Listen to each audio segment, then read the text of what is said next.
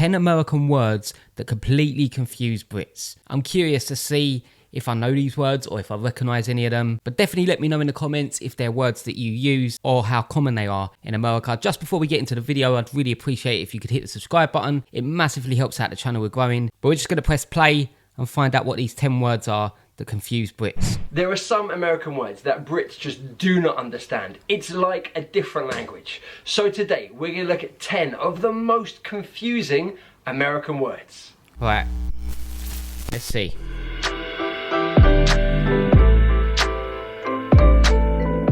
We're going to count down from 10 to number 1, the most confusing word. So let's kick off with number 10. Number 10, Realtor.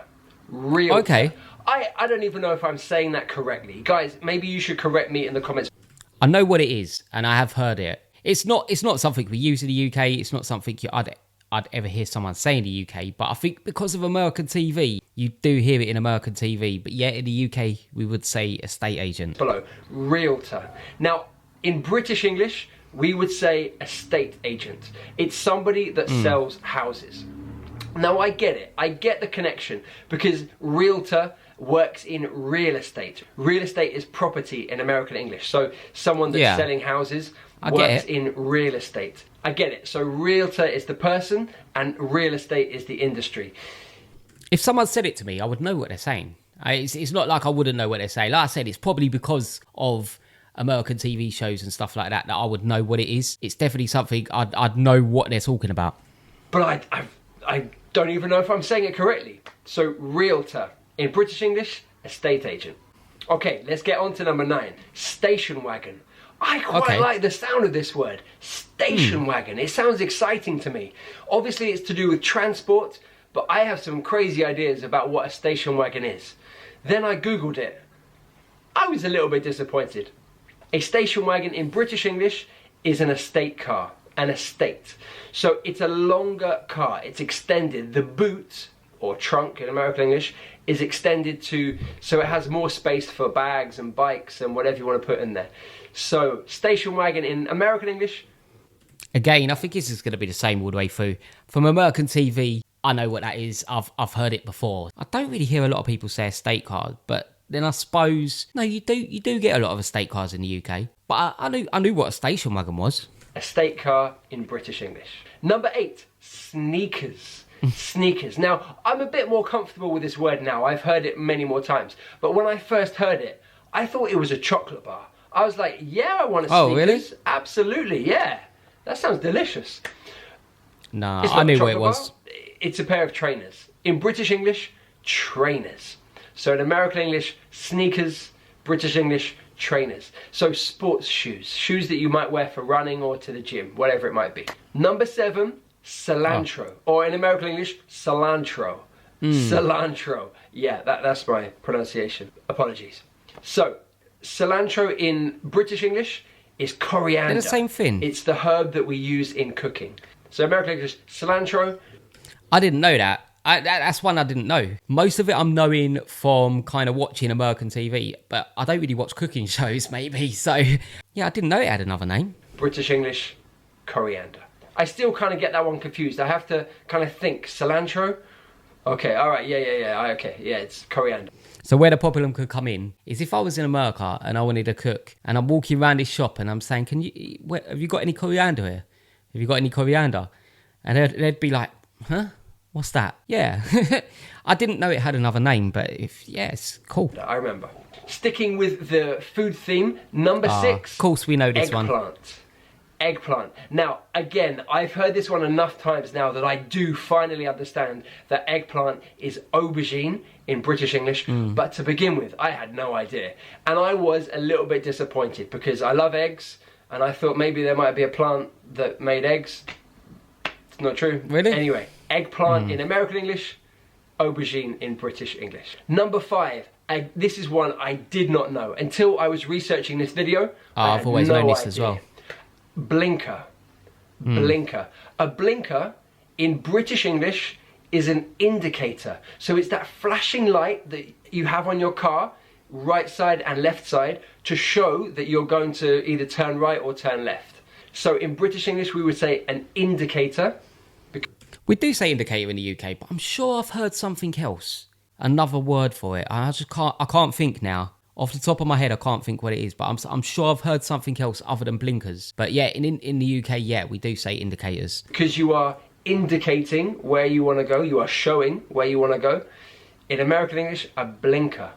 So is it, I don't know, your right blinker and your left blinker? Guys, tell me in the comments below. I don't know. Tell me how to use this word, because I've never heard it before. So do you turn on your blinkers? How did he have... Don't know. How could he have never heard it? Anyway, in British English, indicator. All right, number 4. And I have never heard this phrase before. Oh, okay. Chutes and ladders. What's chutes and ladders? Chutes. I mean, just working it out. It's got to be snakes and ladders. Again, I had to Google this one. Okay, chutes and ladders is a famous game that in British English we would say snakes and ladders. You know, it's that board game where you go up the ladders and then you go down the snakes. But in American English, you go up the ladders but down the chutes. I kind of get it, because like a rubbish chute is like a tube that you throw rubbish down and it kind of goes down into the basement or wherever the bin might be. So I'm just thinking about it now. Why do we call it snakes? Yeah, it don't make no sense to me. I guess I understand why it's a chute. That makes sense, kind of going down. It's okay. In fact, you know what? It makes more sense than a snake. But I prefer the snake. Anyway, chutes and ladders in American English, snakes and ladders in British English. All right, number 3. I didn't know this word until about a month ago. And even now, I don't know how to spell it. I was like in Google, I was typing all the different variations I could. Finally, I found the correct spelling. The pronunciation, I'm not quite sure, but faucet, or faucet, faucet. It's definitely not that.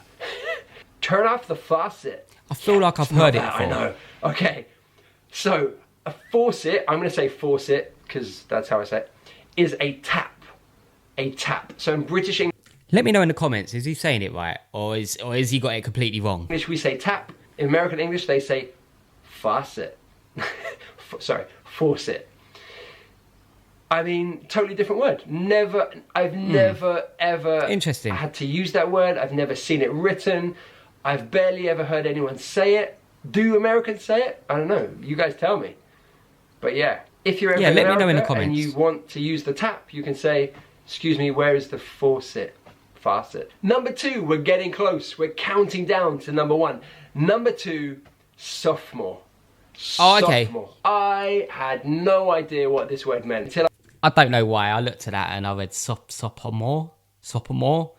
I didn't read it right, and that's my mistake. So at first I didn't know what it was, but now he said it. Yeah, I know what it is. Of course I've heard that. It's in so much TV, so many TV programs in America. It's got like a school basing in it. So yeah, I've heard that. I heard it used about a basketball player. So sophomore, I think, is someone in their second year of college or their second year of high school. Right. I think. I don't know. I'm going to check this. Hang on. I'm going to double check this. Yes. Okay. I was right. It is. So someone in their second year of college or high school. British English, we don't have a word for that. I don't know. I don't know what that is. Nah. You're in your second year. That's what we'd say. Certainly in university, you'd say, I'm in my second year. Or I'm a second year student, maybe. But we don't really have a word for that. Obviously, I have taught the word freshman before. Freshman is the first year of college or high school in America. Okay, In British English, it's a fresher. A fresher. So, is it? First year of university, you are a fresher. All right, are you ready for number 1? Because I didn't go to university. This one is crazy. Number 1, the most confusing American word, bangs. What are bangs? What on earth are bangs? Oh, it's a hairstyle. I had to research it. I had to Google it. And I found out what bangs are. In British English, we would say a fringe. A fringe. It's when you have hair down here like this. I was so confused about how you use it, because in British English, we would say a fringe. So she has a fringe. That's interesting. But in American English, there's no there's no article. So she has bangs. So there's no article, but it has an S. But it's not countable, it's uncountable. I didn't know that one. So confusing.